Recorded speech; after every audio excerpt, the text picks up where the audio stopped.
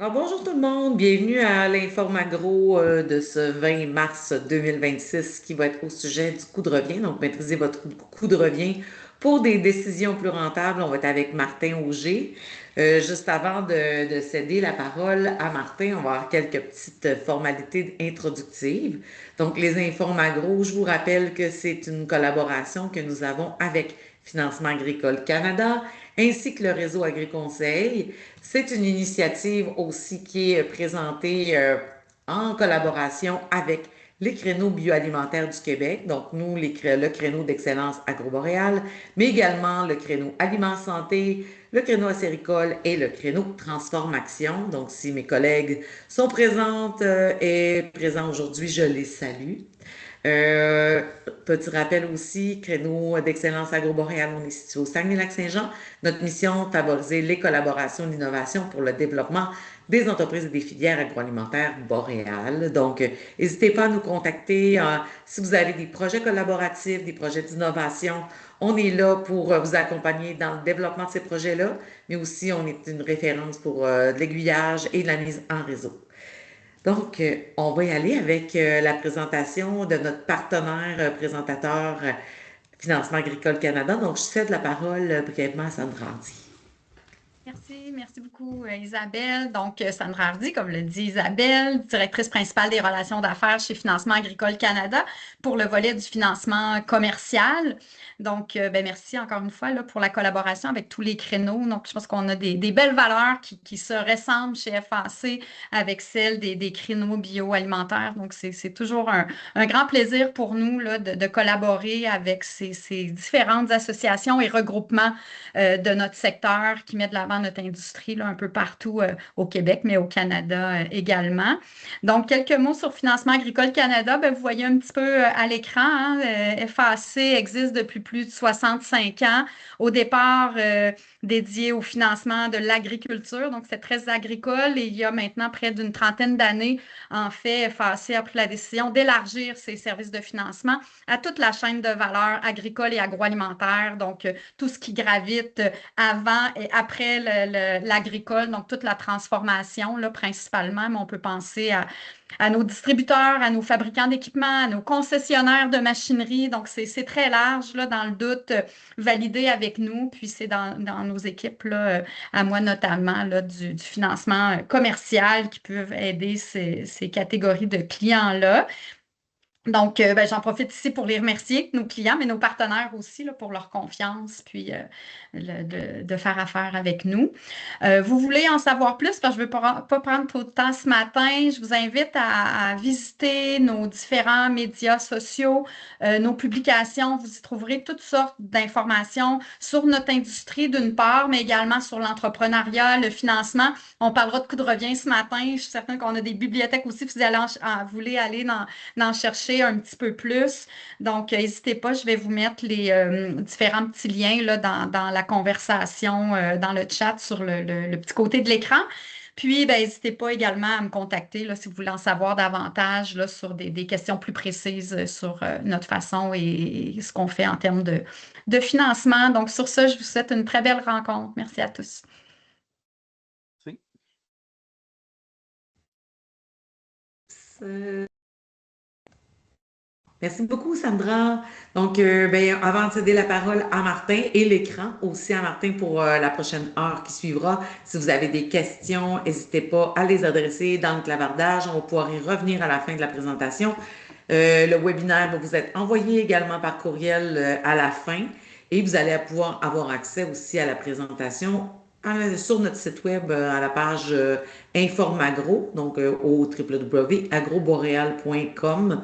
Donc, vous pouvez aller dans la section Informagro. Vous y retrouverez ce webinaire, mais également toute la bibliothèque de webinaires, c'est quasiment une trentaine là, d'activités, d'informations qui vont s'y retrouver sur des sujets très variés liés au secteur agroalimentaire. Je vous invite quand même à fermer votre son là, pendant la présentation. Sur ce, Martin, la parole est à toi. Merci beaucoup, Isabelle. Alors, bonjour à tous et à toutes. Ça me fait extrêmement plaisir d'être avec vous ce matin. Juste pour me présenter très rapidement, donc je suis agronome de formation. Je cumule plus d'une quarantaine, là, 42, 43 ans d'expérience dans le secteur agroalimentaire. J'ai été 32 ans environ au MAPAC, à la Direction régionale des Laurentides, comme conseiller en gestion et après comme conseiller en transformation alimentaire. Et depuis une dizaine d'années, j'agis à titre de consultant auprès des entreprises, mais aussi pour faire de la formation comme ce matin ou des conférences, presque essentiellement là, sur l'analyse et le calcul de coûts de revient. Alors, le sujet du webinaire de ce matin. Donc, sans plus tarder, je vous partage mon écran.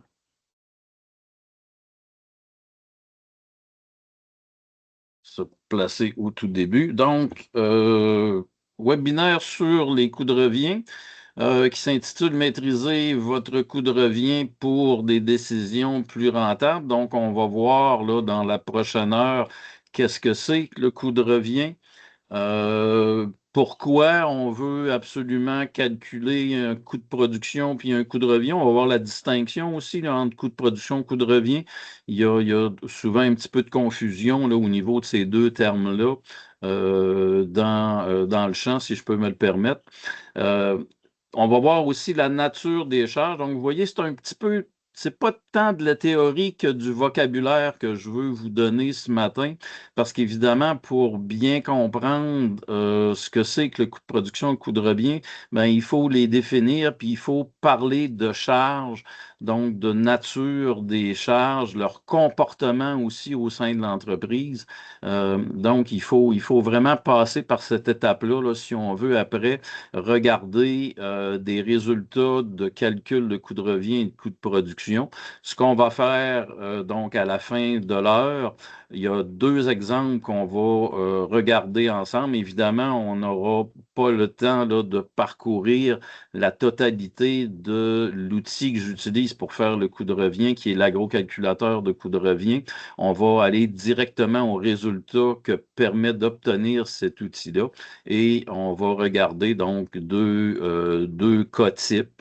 Un premier qui est la production de fraises et fabrication de confitures et un deuxième qui est la production, donc un atelier Vacheveau, mais qui fait de la semi-finition et commercialise également là, la viande directement à la ferme en découpe. Une petite conclusion et une documentation dont vous pourrez accéder. Là. La présentation, comme Isabelle le dit, va être mise en ligne. Donc, en accédant à la présentation, vous allez pouvoir avoir accès là, aux différents liens que je vais vous montrer durant la présentation et à la bibliographie à la fin complètement. Donc, on y va avec une définition du coût de production et du coût de revient.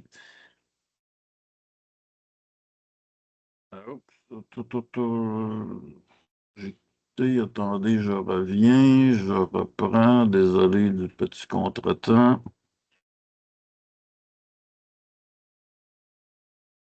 Voilà. Donc, coût de revient. C'est relativement simple, mais on va introduire un petit peu de vocabulaire là, pour votre bénéfice à tous et à toutes. Donc, qu'est-ce que c'est que le coût de revient? Bien, ça représente le coût total unitaire, donc unitaire pour un produit ou pour un service. On pourrait aussi calculer le coût de revient d'un service, évidemment, de la même façon qu'on va le calculer pour un produit. Donc, représente le coût total unitaire d'un produit ou d'un service en tenant compte à la fois, et là, encore une fois, on introduit du vocabulaire, en tenant compte à la fois des coûts directs, que sont l'ensemble des intrants là, que vous allez acheter dans vos entreprises, ainsi que la main-d'œuvre de fabrication. Donc, au coût direct, on va ajouter les coûts indirects, que sont les frais généraux de fabrication, les frais financiers, les frais de mise en marché et les frais administratifs. Donc, dans le fond, c'est l'ensemble des. C'est quoi le coût de revient? ben, c'est le coût total unitaire d'un produit quand on tient compte de l'ensemble des charges au niveau d'une entreprise, donc l'ensemble des charges que vous engagez pour produire un produit ou pour donner un service. Alors ça, c'est le coût de revient. Quelle est maintenant la définition du coût de production? Ben, vous allez voir, c'est sensiblement la même chose. On dit un coût de production regroupe l'ensemble des charges supportées par une entreprise pour produire un bien ou un service. Donc, à cette étape-ci, il n'y a pas de distinction avec le coût de revient. On dit que ces charges peuvent être directes ou indirectes. Donc, encore là, ça rejoint ce qu'on vient de lire au niveau du coût de revient.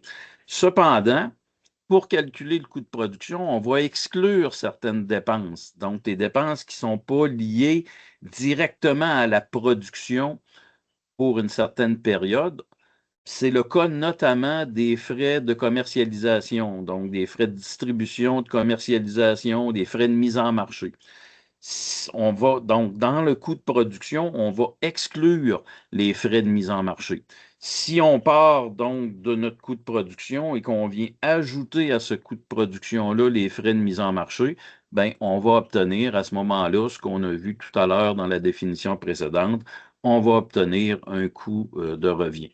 Et pourquoi on fait cette distinction-là? Ben, vous allez voir vers la fin, quand on va arriver dans les cas types, on va distinguer des résultats en termes de coût de production puis des résultats en termes de coût de revient par circuit de mise en marché. Alors, l'outil qu'on utilise pour faire ces calculs-là nous permet donc de calculer le coût de production et autant de coûts de revient qu'il va y avoir de circuits de vente dans la structure là, de commercialisation de l'entreprise. Alors, pourquoi maintenant on veut calculer les coûts de production et les coûts de revient? Bien, ça a une importance si on veut comparer, si on veut faire du benchmarking, donc si on veut faire de l'analyse comparative de nos résultats d'entreprise face à des résultats du même secteur, idéalement de la même année et avec des entreprises de même taille. C'est important là, de spécifier ces éléments-là.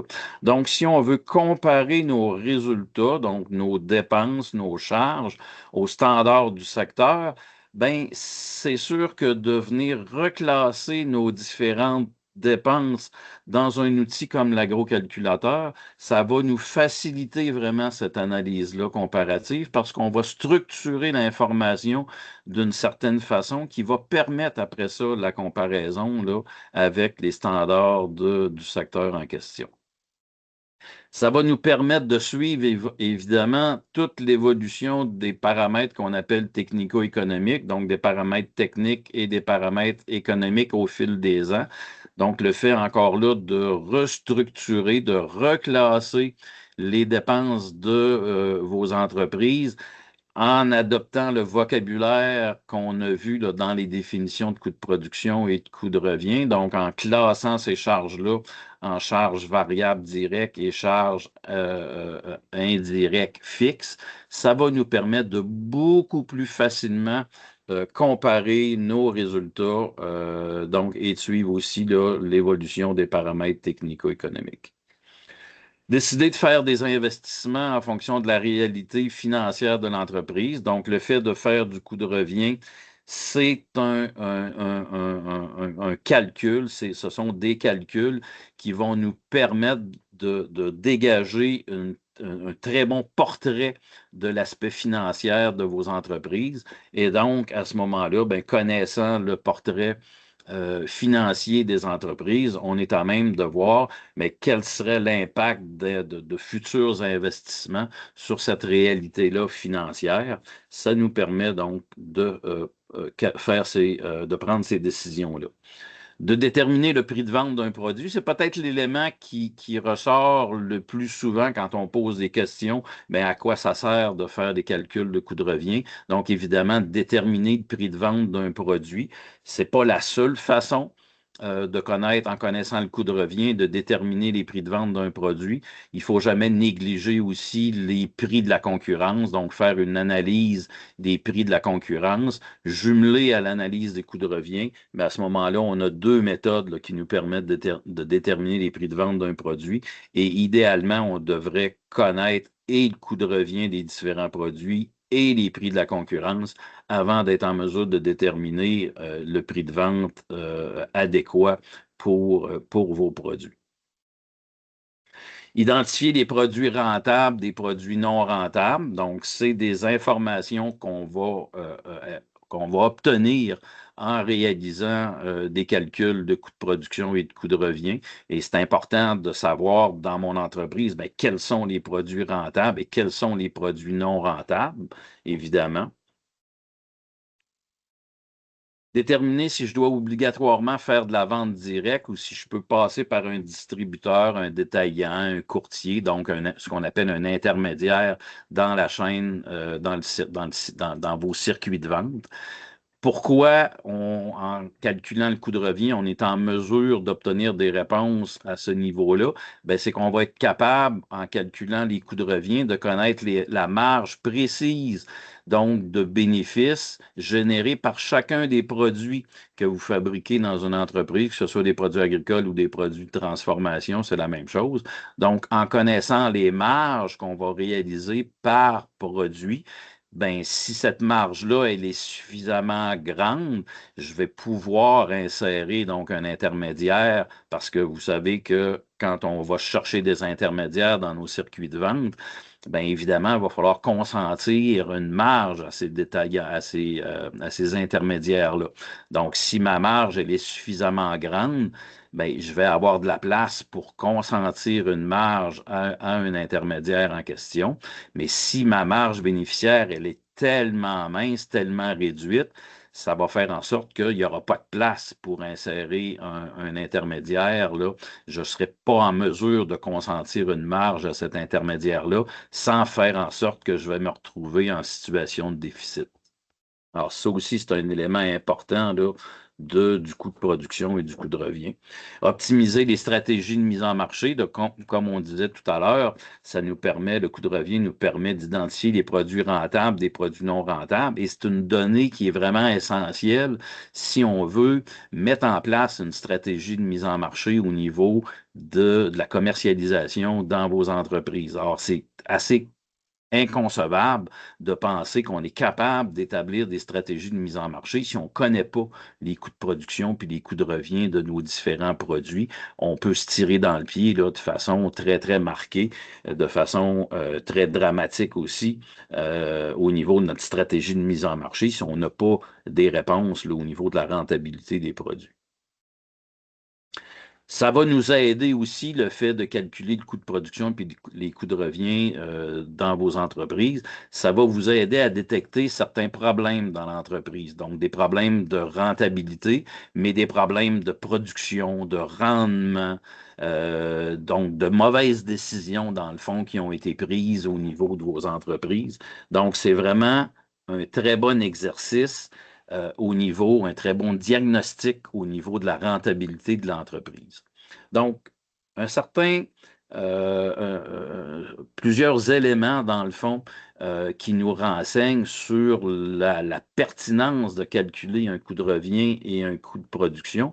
Mais je vous dirais qu'avant tout ça, à quoi ça sert le coût de production puis le coût de revient? C'est avant toute chose un outil de prise de décision. De connaître les coûts de production et les coûts de revient d'une entreprise, ça va vous permettre de prendre de meilleures décisions. Et si vous prenez de meilleures décisions, de façon presque directe et presque automatique, vous allez améliorer la rentabilité de vos entreprises. Donc, le coût de production puis le coût de revient, c'est avant toute chose un outil qui va vous permettre d'améliorer votre prise de décision, donc par le fait même d'améliorer la rentabilité de vos entreprises.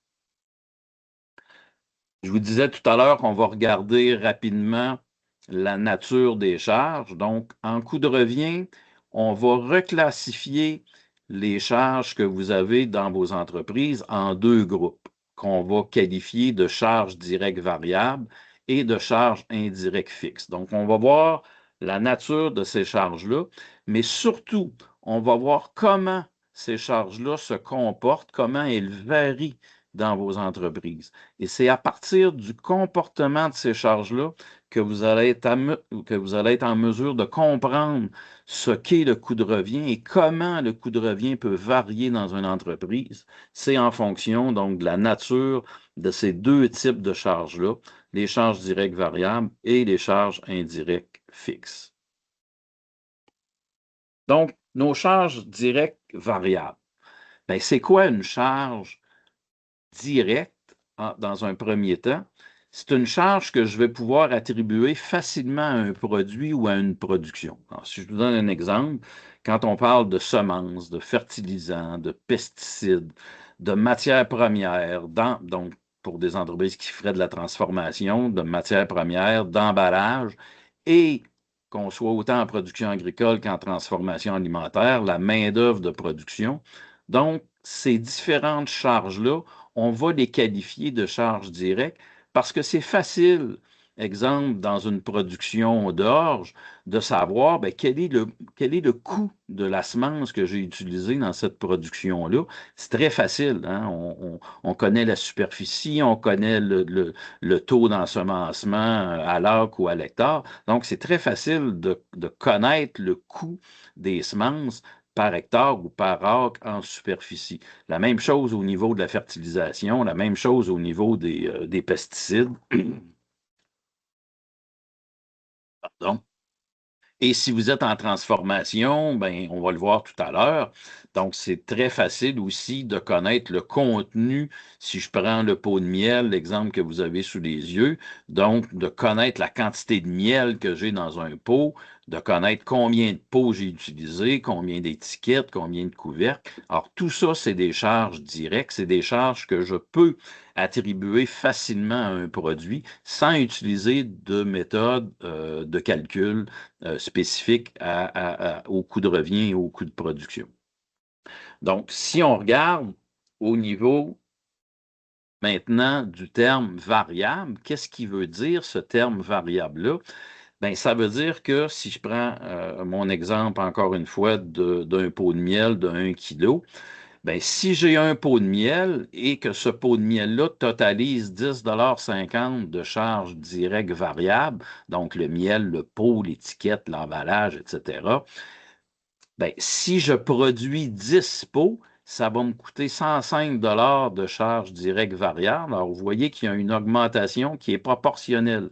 L'augmentation des charges directes, elle est proportionnelle à la quantité de pots que vous fabriquez. Si je monte à 100 pots, 1050 $. Si je monte à 1000 pots, 10 500 $ de charges variables.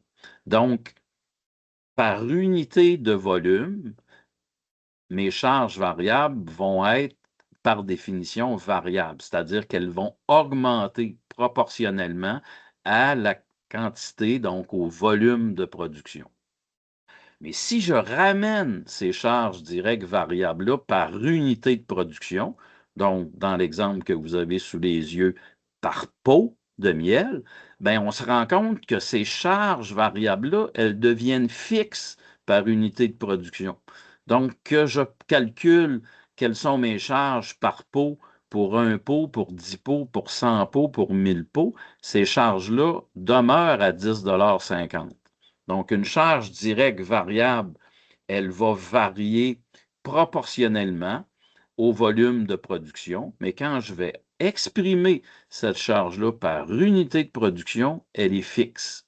Donc, c'est la nature d'une charge directe variable. Facile à attribuer à un produit et va varier proportionnellement au volume de production de n'importe quel type de production. Si on regarde maintenant nos charges indirectes fixes, alors c'est le contraire de nos charges directes variables. Donc, on ne pourra pas attribuer facilement à un produit une charge qu'on va classer comme étant une charge indirecte. Si je vous donne l'exemple de mon pot de miel, ben, si je vous pose la question, j'ai combien d'électricité ou j'ai combien d'assurance dans ce pot de miel-là? C'est assez difficile de répondre à cette question-là. Donc, les charges d'électricité et d'assurance, on va les qualifier de charges indirectes parce qu'on peut pas, on n'est pas en mesure d'attribuer le montant exact d'électricité ou d'assurance ou d'entretien de bâtiment ou d'amortissement. On n'est pas en mesure d'attribuer ça facilement à notre pot de miel, par exemple. Donc, on qualifie ces charges-là d'indirectes. Et quelles sont-elles, ces charges-là? Ben, c'est toutes nos charges, nos frais généraux de fabrication ou de production. Donc, j'en ai énuméré une certaine quantité tout à l'heure. Les frais administratifs, c'est la même chose. Donc, les salaires administratifs, les fournitures, les frais de télécommunication, c'est des charges indirectes. Les frais financiers, donc les intérêts, les frais bancaires, ainsi que les frais de vente, donc la publicité, la promotion, l'entretien des véhicules de livraison. Tout ça, ce sont des charges indirectes parce qu'on n'est pas capable de les attribuer facilement à un produit.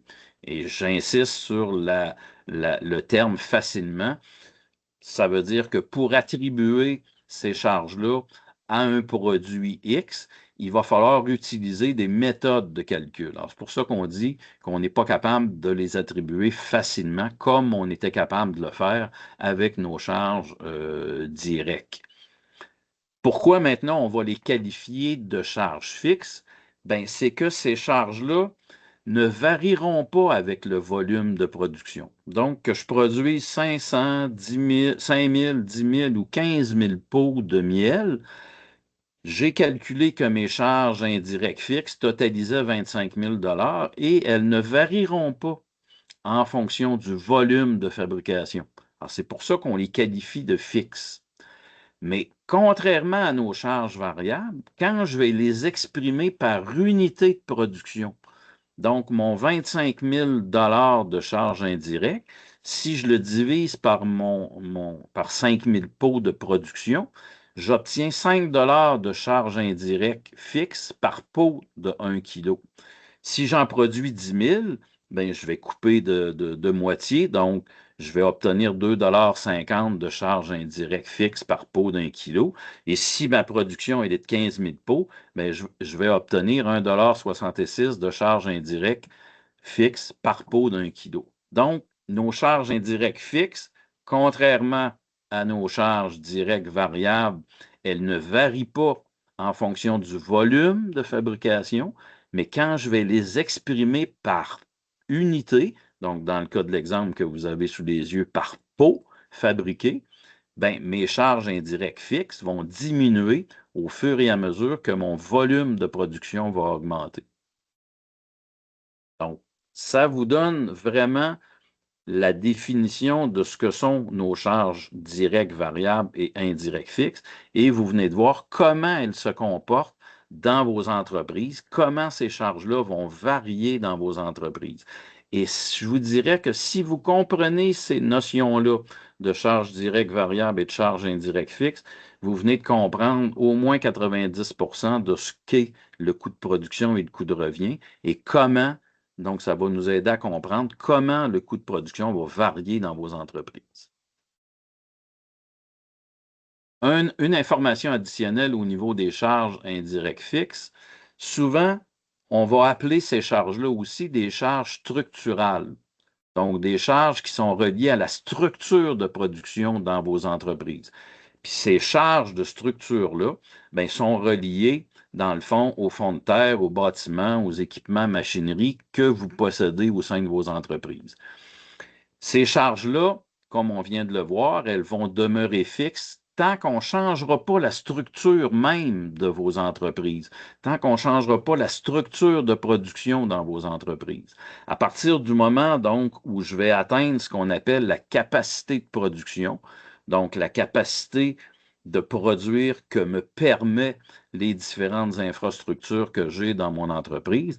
Donc, à partir du moment où je vais atteindre la capacité maximale de production, bien là, je vais devoir investir dans la structure de mon entreprise, donc soit dans des bâtiments, soit dans de la machinerie, des équipements, etc.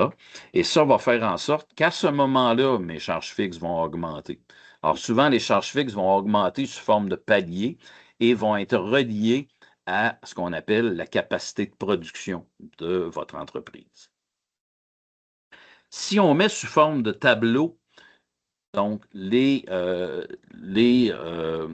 qu'on vient de voir là, en termes de coûts variables, les notions de coûts variables et de charges fixes, alors vous voyez une entreprise qui, dans le temps, aurait une capacité de production, aurait une production de 8000 unités, et dans le temps, cette production-là augmenterait jusqu'à 15 000 unités.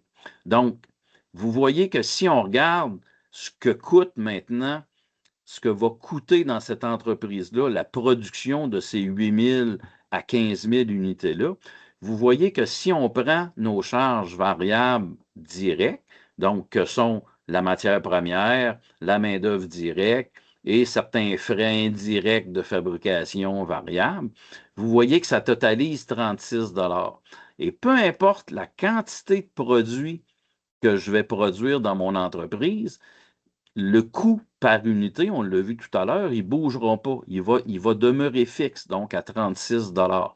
Qu'est-ce qui va bouger? Bien, c'est mon coût total. Alors, si je prends le 36 $ de coût variable unitaire et que je le multiplie par la quantité d'unités produites, bien, je vais obtenir 288 000 de coût variable. Et évidemment, vous voyez que ce coût variable-là, il va augmenter de façon proportionnelle, comme on l'a vu tout à l'heure, au volume de production. À ces coûts variables-là, je vais maintenant ajouter les charges fixes de mon entreprise. Si ces charges fixes-là ont été comptabilisées et qu'on obtient 120 000 $ de charges fixes, bien, mes charges fixes, si je les ramène par unité de fabrication, donc 120 000 divisé par 8 000 unités produites, je vais obtenir 15 $ de charges fixes par unité. Si j'en produis 10 000, bien 120 000 divisé par 10 000, j'obtiens 12 $ de charges fixes unitaires, et ainsi de suite. Ça va baisser à 10 si je produis 12 000 unités, et ça va baisser à 8 si j'en produis 15 000. Alors, si j'additionne maintenant, parce que le coût de revient, on l'a dit, on l'a vu tout à l'heure, c'est le total des charges que vous avez engagées pour produire un bien ou un service.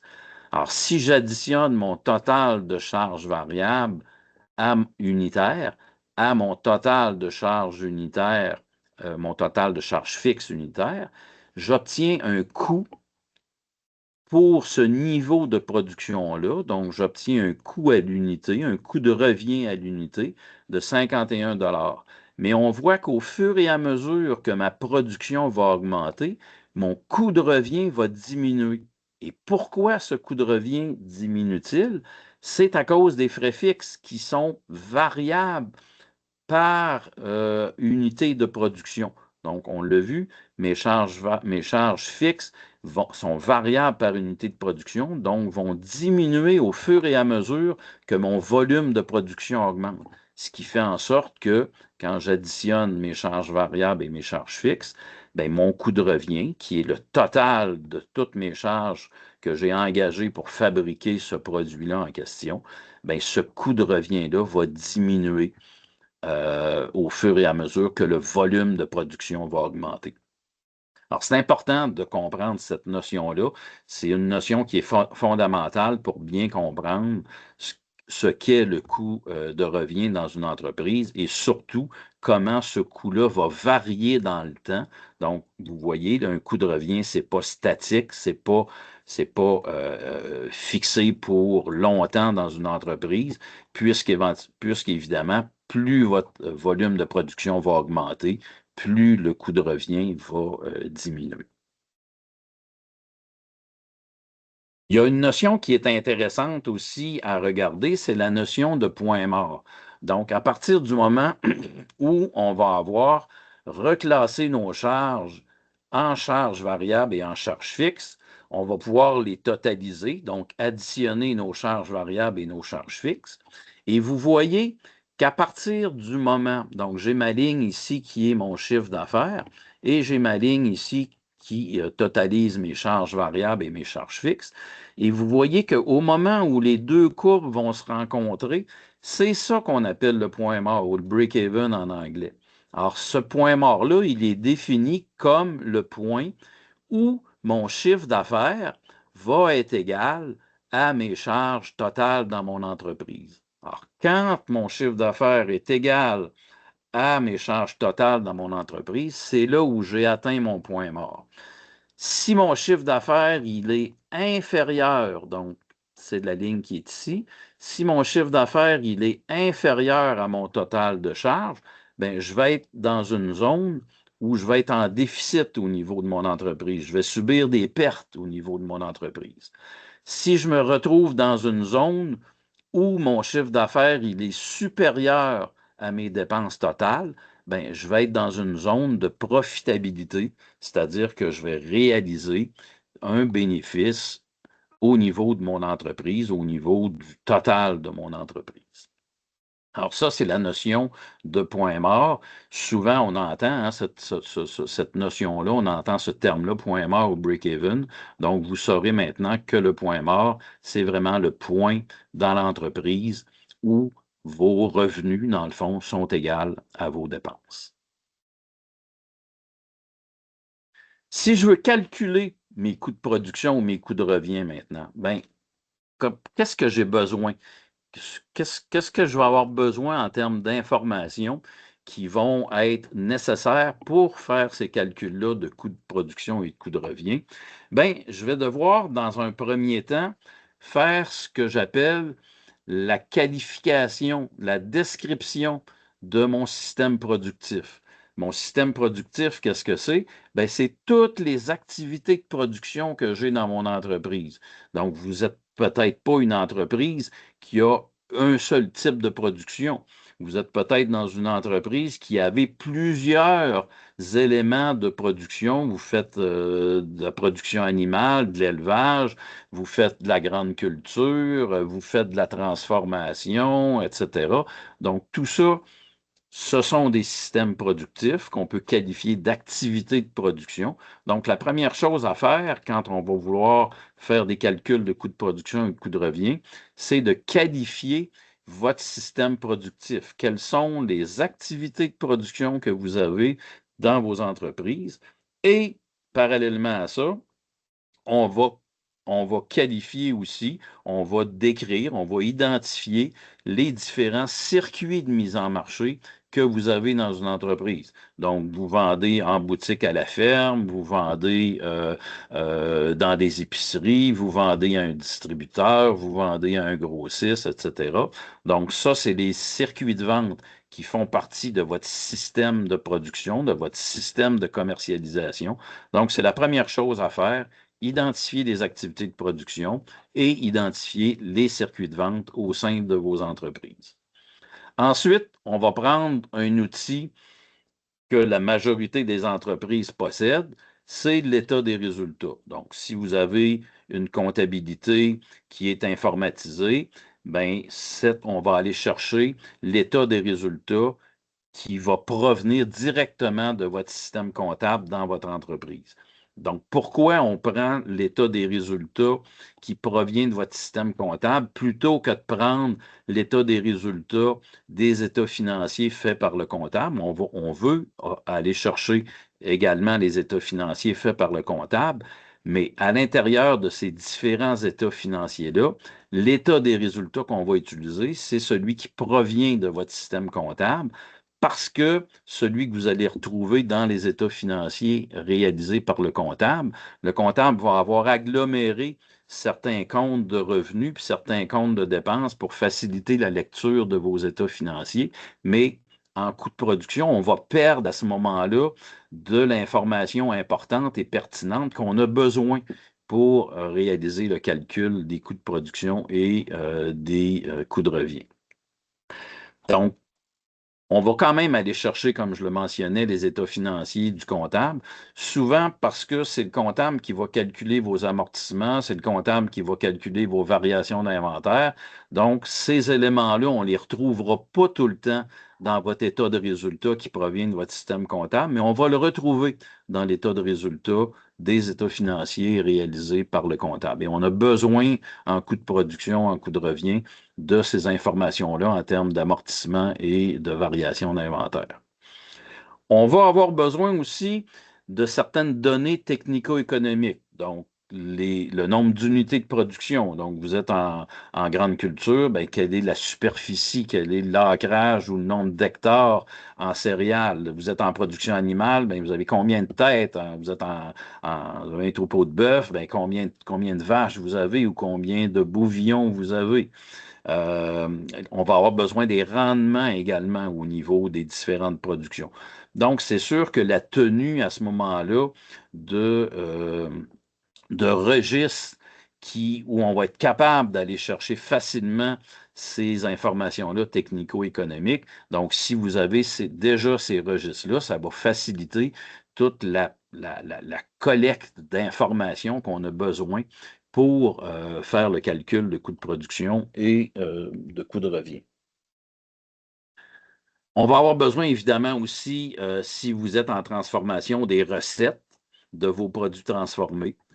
Donc, on va avoir besoin aussi d'un outil de calcul que va être, exemple, l'agro-calculateur de coût de revient. Donc, on a besoin d'un outil pour faire ces calculs-là. C'est trop fastidieux de faire des calculs de coût de revient sans posséder un outil de calcul. Là, on va y perdre son latin de façon assez importante. On va avoir besoin de données de production qui sont fiables aussi pour analyser, on en parlait tout à l'heure, pour faire du benchmarking. Donc, à partir du moment où je vais avoir donc les données fiables au niveau de mon entreprise, je vais pouvoir les utiliser pour faire de l'analyse comparative. Si vous avez en plus l'historique, donc un certain historique au niveau de vos résultats technico-économiques, ça devient très intéressant aussi de comparer ces résultats-là annuellement, puis voir comment votre entreprise, en termes de résultats technico-économiques, elle varie dans le temps. Ça permet d'aller chercher des réponses importantes là, quand on regarde l'historique d'une entreprise. Puis évidemment, ben, si je veux faire du calcul de coût de production puis de coût de revient, ça prend un certain niveau de connaissance là, au niveau du coût de production et du coût de revient. Donc, c'est sûr que ce matin, on voit un petit peu là, ce qu'est le coût de production et le coût de revient, mais ce n'est pas en une heure, là, évidemment, qu'on va faire de vous des spécialistes là, en coût de production ou en coût de revient. Donc, on va vous donner pendant cette heure-là certaines notions, mais évidemment, il va falloir que vous améliorez vos connaissances en coût de production puis en coût de revient si vous voulez réussir là, à venir faire ces calculs-là dans vos entreprises individuellement.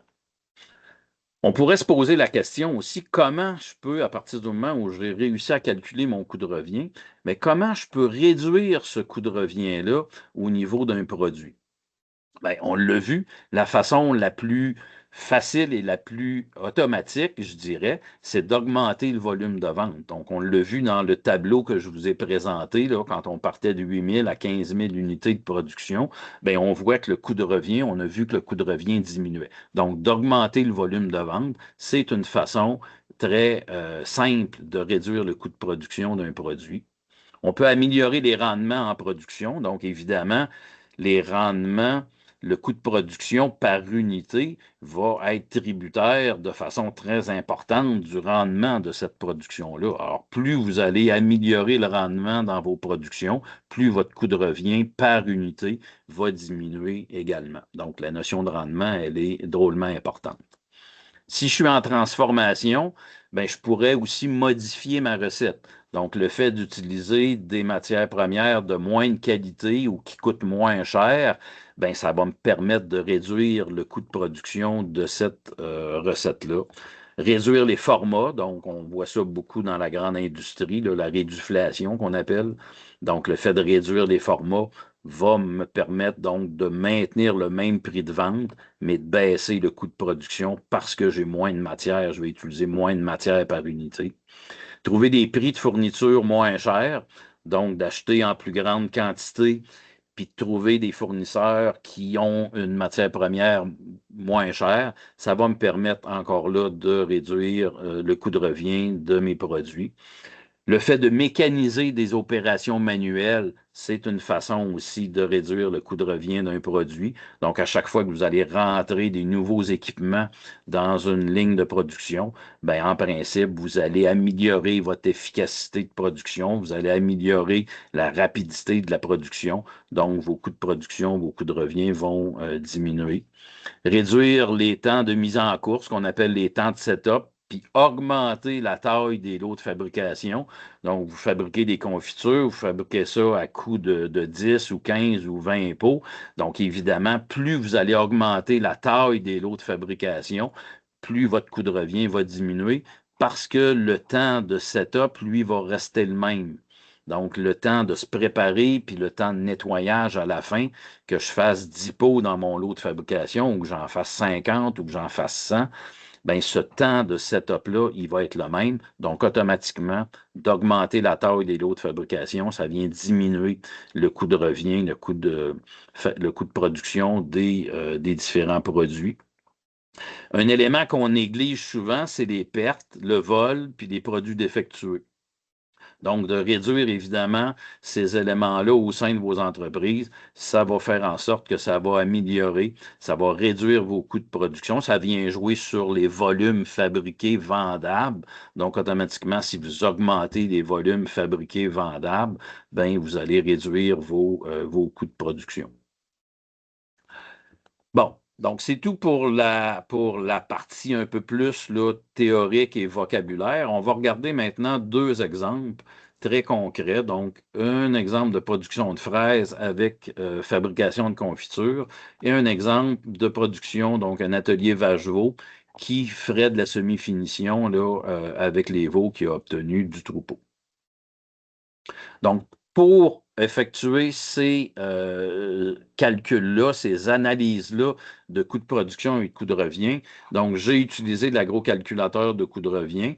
L'agrocalculateur, vous allez pouvoir aller le chercher sur le site d'AgriRéseau. Donc, j'ai mis un lien ici qui va vous amener directement à la bonne page. Alors, quand vous allez être en mesure d'aller chercher la présentation, si vous cliquez sur le lien ici, vous allez arriver exactement à la bonne page sur le site d'AgriRéseau et vous allez pouvoir télécharger à ce moment-là l'agrocalculateur. Sur le site du CETAB aussi, je n'ai pas mis de lien, là, mais si vous allez sur le site du CETAB, dans les outils de calcul au niveau du produit par le CETAB, l'agrocalculateur est également disponible sur ce site-là. Alors, comme je vous disais, il faut utiliser des outils parce que le calcul à la main, là, c'est trop fastidieux, on ne s'en sort pas. L'exemple au niveau de la production de fraises avec une unité de transformation alimentaire, donc de fabrication de confiture. Donc, c'est une production très simple de fraises d'été, 1,5 hectare en implantation, 3 hectares en production, 1,5 hectare en rotation. Il y a une production de 24 000 kilos de fraises par année sur les 3 hectares là, qui sont en production. Donc, c'est une production totale. Sur ce 24 000 kilos-là, il y a 6 à 7 000 kilos qui sont conservés annuellement pour effectuer la fabrication des confitures. Cette fabrication-là de confiture, ben, elle est faite dans une cuisine de transformation alimentaire. C'est une petite cuisine qui est bien équipée et qui est très fonctionnelle au niveau de la fabrication des confitures. L'entreprise fabrique 2 confitures, donc une de fraises et de framboises, en 2 formats différents, pour une fabrication totale de 22 000 pots par année. La commercialisation, elle se fait à la ferme, en autocueillette, en marché public et uniquement pour ce qui est des produits transformés. Il y a une partie donc des confitures qui vont être vendues en épicerie ou dans des supermarchés. Les prix de vente de la fraise, ils suivent les prix du marché. Alors que les produits transformés, ben, le prix de vente va être basé, un petit peu comme on l'a vu tout à l'heure, vont être basés sur le calcul du coût de revient et sur les prix de la concurrence qu'on aura été chercher, évidemment, préalablement là, pour arriver à déterminer nos prix de vente. Alors, ce que je vais vous montrer, c'est les 4 tableaux. C'est les résultats, dans le fond, du travail d'analyse de coût de revient qu'on a fait au niveau de cette entreprise-là en utilisant l'agrocalculateur de coût de revient. Je vais grossir les tableaux pour les fins de la présentation. Donc, vous avez dans le premier tableau une présentation des activités de production. Donc, je en ai parlé tout à l'heure, quand on veut caractériser l'entreprise, on va commencer par identifier les activités de production de cette entreprise-là. Donc, dans le cas qui nous concerne, on a une entreprise qui produit de la fraise, donc on va en faire une activité de production qui est la production de fraises, mais il y a un volet transformation, fabrication de confiture, donc ça devient notre deuxième activité de production, la transformation. Et pour chacune de ces activités de production-là, vous prendrez note qu'on n'a pas dans les résultats, dans ce tableau-ci, on a exclu les frais de vente. Donc, on est vraiment en coût de production. Souvenez-vous de la définition que je vous ai présentée du coût de production. Donc, l'ensemble des dépenses que j'ai engagées pour produire un produit ou pour rendre un service, excluant les frais de vente. Donc, ce tableau-là vous donne vraiment le coût de production total de la production de fraises et de la transformation, de la fabrication des confitures. Alors, ce qui est intéressant, c'est qu'on a, vous voyez le clivage, là, la séparation qu'on a fait au niveau des charges.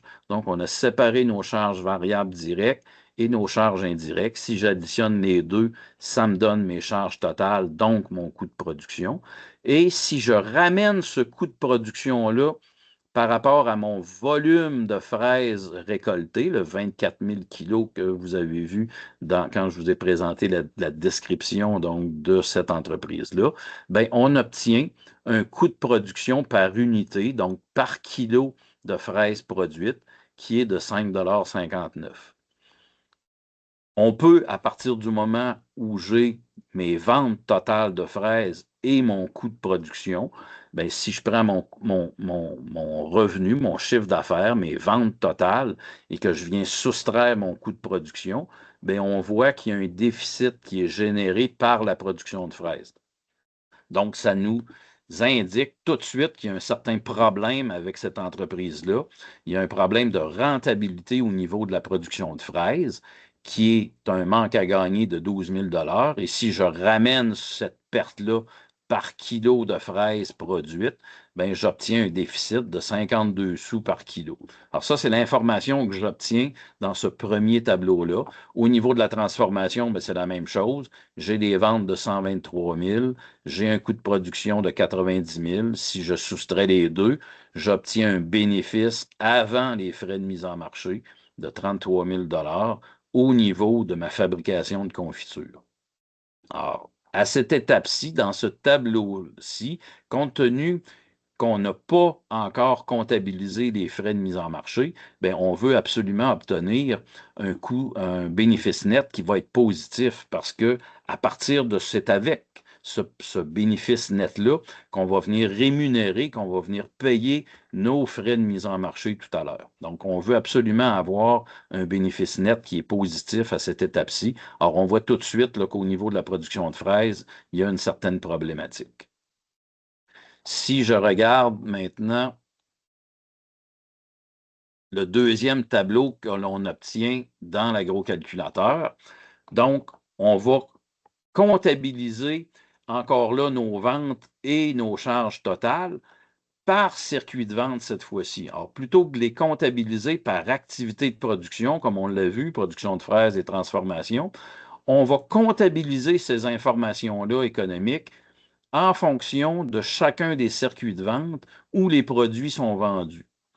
De sorte que je vais avoir mes ventes totales, je vais avoir également mes charges variables directes et mes charges indirectes fixes. Je vais avoir un coût total qui est mon coût de revient parce que là, j'ai inclus mes frais de mise en marché.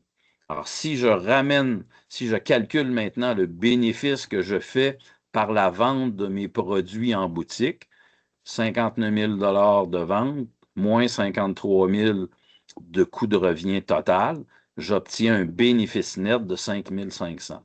Donc, à cette étape-ci, dans ce tableau-ci, je suis en mesure de voir, mais quels sont mes circuits où je vais obtenir une rentabilité positive, donc un bénéfice net positif et quels sont mes circuits de vente où j'obtiendrai une perte. Comme dans ce cas-ci avec l'autocueillette, l'entreprise génère une perte au niveau de sa vente de fraises, puisqu'au niveau de l'autocueillette, c'est uniquement de la fraise, évidemment, qu'on a au niveau de la vente. Au niveau des marchés publics, ben, j'ai de la fraise, j'ai des confitures. Au niveau de la boutique aussi, là, j'ai des ventes dans le 59 000, j'ai des ventes de fraises et j'ai des ventes de confitures. Puis au niveau de la vente au détail, comme on l'a vu dans la description, c'est uniquement des ventes de confitures qui sont réalisées. Donc, on voit que 3 circuits de vente sur 4 réalisent des bénéfices et un circuit de vente sur 4 génère un déficit. Maintenant, on a vu qu'à partir de ces 2 premiers tableaux-là, j'ai de l'information générale. Si j'éclate ce tableau-là maintenant et que je viens ventiler mes ventes totales par produit, donc je vais obtenir des résultats au niveau de mes 2 derniers tableaux, c'est-à-dire qu'on va retrouver nos mêmes circuits de vente qu'on vient de voir dans le 2e tableau, mais vous voyez que là, j'ai l'ensemble des produits fabriqués, là, si c'est dans le cas de la fraise, c'est une production agricole, évidemment, mais j'ai mes 4 confitures qui sont fabriquées par cette entreprise-là, et j'ai ma fraise qui va être utilisée pour la transformation, j'ai ma fraise qui va être récoltée par l'autocueillette, donc c'est le client qui va récolter cette fraise-là, et j'ai ma production de fraises qui est récoltée. Alors, on obtient pour chacun de ces produits-là un coût de production et on voit que après ça, à ce coût de production-là, je vais additionner la juste part, je vais additionner, oui, la juste part des frais de mise en marché pour obtenir un coût de revient. Donc ça, alors, autant ce produit-là va être vendu dans un certain nombre de circuits de vente, autant je vais avoir de coûts de revient différents, évidemment. Alors, pour un même produit, j'ai un coût de production, 3,20. Si j'ajoute à ce coût de production-là les frais de mise en marché propres à chacun des circuits où le produit a été vendu, bien, j'obtiens un coût de revient. J'obtiens 3 coûts de revient dans le fond, puis vous voyez que ces 3 coûts de revient-là sont différents puisque les frais de mise en marché et les ventes ne sont pas les mêmes dans chacun des circuits. Alors, un coût de production et 3 coûts de revient dans le cas de l'exemple qui est ici. Alors, ça nous permet évidemment de voir, on a comptabilisé les coûts de production de chacun des produits et on a les coûts de revient totaux de chacun des produits et ce pour chacun des circuits de vente où les produits vont avoir été vendus. Alors ça, c'est notre 3e tableau. Le dernier tableau, c'est un tableau où je vais pouvoir changer l'affichage. Là, actuellement, ce que vous avez sous les yeux en termes d'information, c'est le bénéfice net en pourcentage des ventes, mais j'ai 6 affichages différents. Je peux afficher le bénéfice net en dollars, je peux afficher la contribution marginale, je peux afficher mon coût de revient variable, donc si je comptabilise uniquement mes frais variables, et je peux comptabiliser aussi le bénéfice net total généré par chacun des produits. Alors, c'est un tableau qui est très intéressant. Dans ce cas-ci, comme je le mentionnais, on a le bénéfice net en pourcentage des ventes. Alors, vous voyez en vert les produits qui obtiennent un bénéfice net supérieur à 15 %. En jaune, vous avez les produits où on obtient un bénéfice net inférieur à 15 %, mais quand même supérieur à 0. Donc, les produits sont rentables, mais un petit peu moins qu'ils ne le sont quand on les obtient en vert, comme ce que vous avez à l'écran. Et quand on obtient une coloration rouge au niveau du bénéfice net, ben, c'est des produits qui sont vendus à perte. Donc, on le voyait dans le tableau précédent, on voyait qu'il y avait un problème au niveau de la fraise. Donc, maintenant, on est capable de dire précisément ben, quel est le pourcentage de perte de chacun de mes produits vendus dans les 3 circuits de vente où j'ai des ventes de fraises. Alors, vous voyez, on obtient quand même un niveau assez important en termes d'information. Et après ça, on est en mesure d'utiliser cette information-là pour, évidemment, la prise de décision qu'on va faire au sein de notre entreprise. On va regarder maintenant le deuxième exemple. Donc, c'est un exemple de production, un atelier Vacheveau avec semi-finition. Donc, c'est une entreprise qui possède un troupeau d'une 50aine de vaches. 46 veaux sont sevrés. Il y a 40 veaux qui vont être engraissés jusqu'à la semi-finition. Il y a 6 femelles qui vont être gardées pour le remplacement. Vous avez la description donc des cultures au sein de cette entreprise-là. C'est une entreprise qui est autosuffisante au niveau de son alimentation. Les veaux semi-finis sont abattus au poids de 816 livres pour les mâles, 703 livres pour les femelles.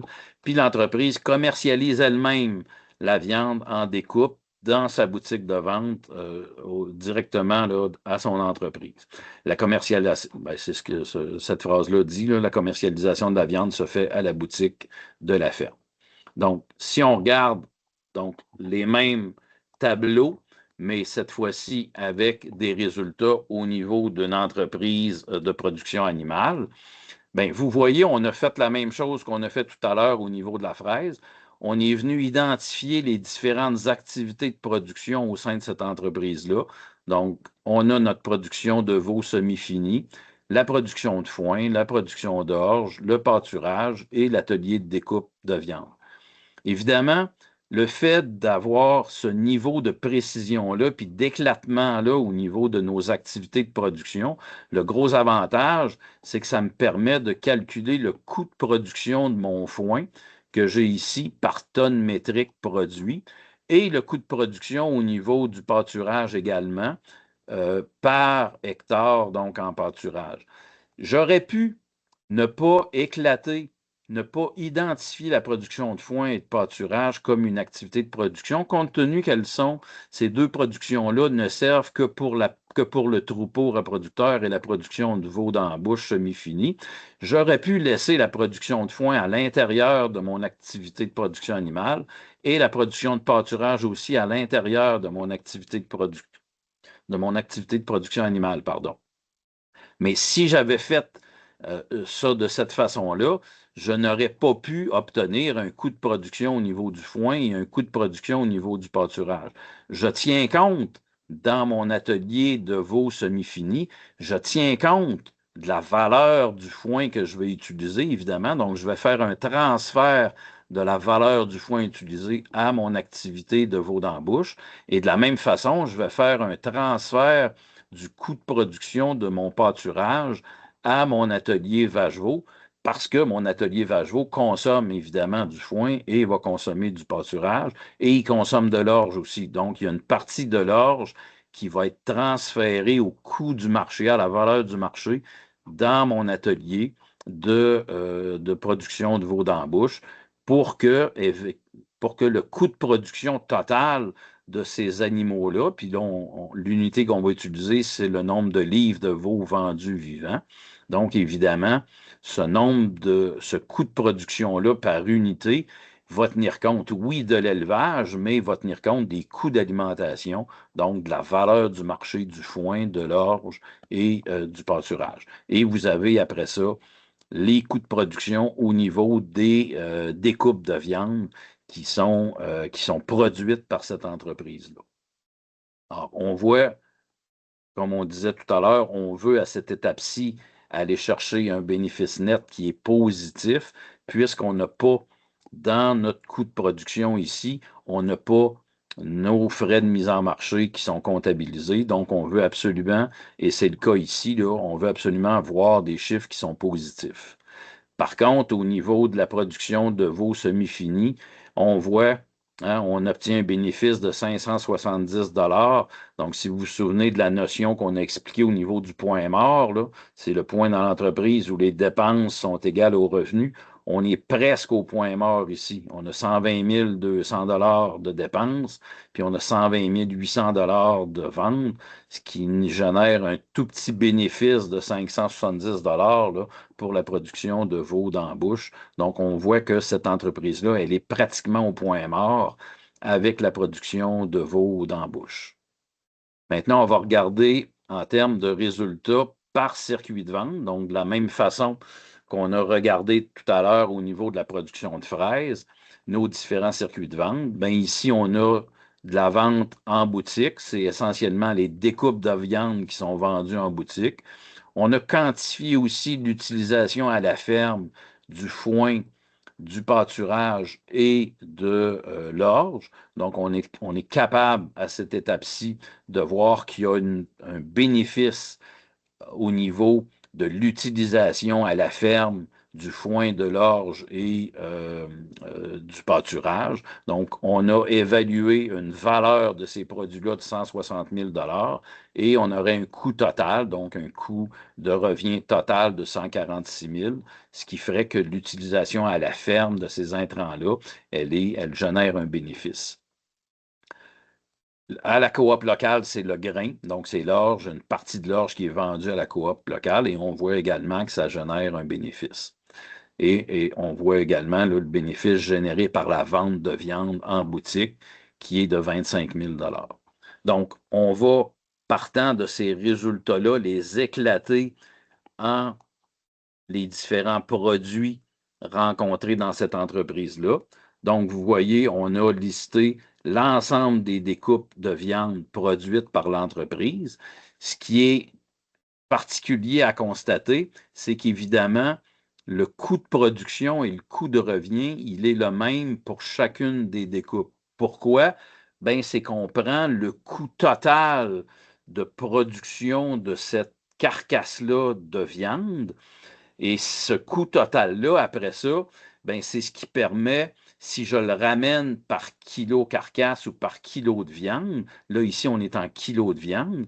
Alors, si je le ramène en livres de viande, pardon, pas en kilo, on est en livres de viande. Alors, si je ramène ce coût de production-là ou de coût de revient par livre de viande, compte tenu que je suis parti de mon coût de carcasse entière, ben, c'est normal de voir que pour chacune des découpes, j'ai le même coût de production et j'ai le même coût de revient. Ce qui va faire la différence, évidemment, dans les découpes, c'est le prix de vente. On va le voir tout à l'heure dans le prochain tableau. Après ça, bien, on a nos coûts de production et nos coûts de revient, compte tenu que, et au niveau de la consommation sur place du foin, de l'orge et de la paille, parce que notre production d'orge génère de la paille aussi, il n'y a pas de frais de mise en marché. Donc, on a une égalité entre le coût de production et le coût de revient parce que nos frais de mise en marché sont à zéro. Et on a également un coût de revient qui est égal au coût de production de l'orge, puisque, encore là, comme dans le cas de l'utilisation à la ferme, il n'y a pas de frais de mise en marché particuliers au niveau de la production d'orge. C'est la coop qui vient chercher là, directement dans les silos l'orge qui a été produite. Alors, si je regarde maintenant dans notre tableau où on vient chercher, cette fois-ci, on affiche, vous vous souvenez, tout à l'heure, on affichait le bénéfice net en pourcentage par unité. Là, on l'affiche en dollars par unité. Donc, on est capable de voir pour chacune des découpes de viande, bien, qu'est-ce que rapporte à la livre la vente de chacune de ces découpes-là. Et on voit par la coloration les découpes qui sont vendues en bas du coût de revient. Donc, si j'ai ici, exemple, au niveau du bœuf haché, bien, ça veut dire que sur la vente d'une livre de bœuf haché, je perds 3,82 $ en termes de bénéfice net.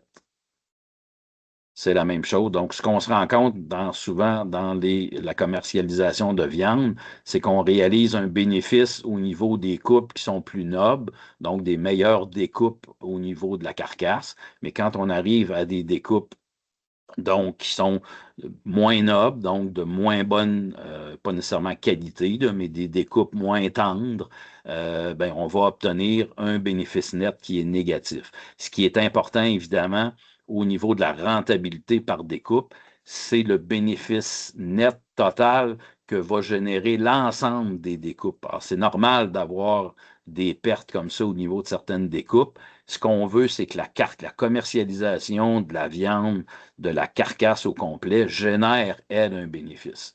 Alors ça, c'est un autre type d'information qu'on peut obtenir aussi là, dans l'agrocalculateur. Et on voit après ça les bénéfices nets générés par le foin ou l'orge utilisé à la ferme ou l'orge vendue à la coop Et la même chose au niveau de la paille. Au niveau du veau d'embauche, bien, on le voyait tout à l'heure, hein, le bénéfice, il est presque à zéro. Et on l'a expliqué tout à l'heure, là, la production de veau d'embauche, elle est pratiquement au point mort. Alors voilà en termes de résultats qu'on obtient pour deux types d'entreprises. En termes de conclusion, ben, je vous dirais, faites de la gestion une préoccupation constante au sein de vos entreprises. Dotez-vous d'outils de gestion puis de mesures de performance. Et à ce niveau-là, je vous dirais qu'il y a toutes les analyses et les études démontrent très clairement qu'il y a une corrélation très positive entre le nombre d'outils de gestion que vous allez utiliser sur vos entreprises et la rentabilité de ces dernières. Comparez vos résultats, donc faites du benchmarking avec de l'analyse comparative avec des entreprises comparables, puis surtout suivez aussi votre évolution dans le temps, comment vos résultats technico-économiques vont évoluer dans le temps. Maîtrisez vos coûts de production et vos coûts de revient, donc je vous encourage très fortement à initier des calculs de coûts de production et des calculs de coûts de revient. Ça va vous permettre d'identifier donc les points faibles puis les points forts au niveau de vos entreprises. Ayez une excellente connaissance de vos concurrents directs et indirects, de leurs produits, de leurs caractéristiques et surtout des prix de vente de ces produits-là. Alors, vous allez pouvoir en tenir compte quand va venir le temps de fixer vos prix de vente. Puis, si vous développez des nouveaux produits, bien, posez-vous la question, est-ce que ces produits-là répondent à une demande? Calculez le coût de revient de ces différents produits-là, puis établissez votre stratégie de prix au niveau de ces nouveaux produits-là. Évidemment, de calculer d'avance les coûts de revient des nouveaux produits, ça va vous permettre de voir si ces produits-là vont générer des bénéfices ou non là, au niveau de la vente. Comme je le mentionnais au début, il y a aussi des liens là, pour un certain nombre de documents pour ceux qui voudraient parfaire là, leur connaissance au niveau du coût de production puis du coût de revient. Donc, quelques documents, là, c'est des petits documents relativement simples à lire qui ne sont pas très, très longs. Puis ça va vous aider. Là, vous allez reconnaître là, beaucoup d'informations que j'ai véhiculées ce matin là, dans ces différents documents-là. Alors, quand vous allez pouvoir avoir accès à la présentation, ben, vous allez avoir accès là, aux différents liens de ces documents-là. Pour l'analyse comparative, il y a des données d'Industrie Canada pour la plupart donc, des industries, la plupart des secteurs. Puis c'est là qu'on est capable d'aller chercher là, des données financières auxquelles on va pouvoir se comparer. Alors voilà, merci pour votre attention. Puis je pense qu'on peut prendre un certain nombre de questions pour ceux qui en auraient. Alors, Isabelle, je te laisse gérer ça. Oui, complètement. Merci beaucoup, Martin. C'était très intéressant, mais surtout très pertinent. Quand on sait que la pérennité des entreprises, ben, ça passe d'abord par leur rentabilité financière. Donc, Tout ce à que tu fait. nous as présenté aujourd'hui, ça fait partie des outils de gestion qui contribuent justement à cette pérennité-là. Merci infiniment. C'était de très grande qualité. Et d'ailleurs, on va regarder de notre côté là, si on pourrait pas organiser une cohorte ou un groupe d'entreprises qui voudrait aller un petit peu plus loin avec un accompagnement plus ciblé en matière de coût de revient.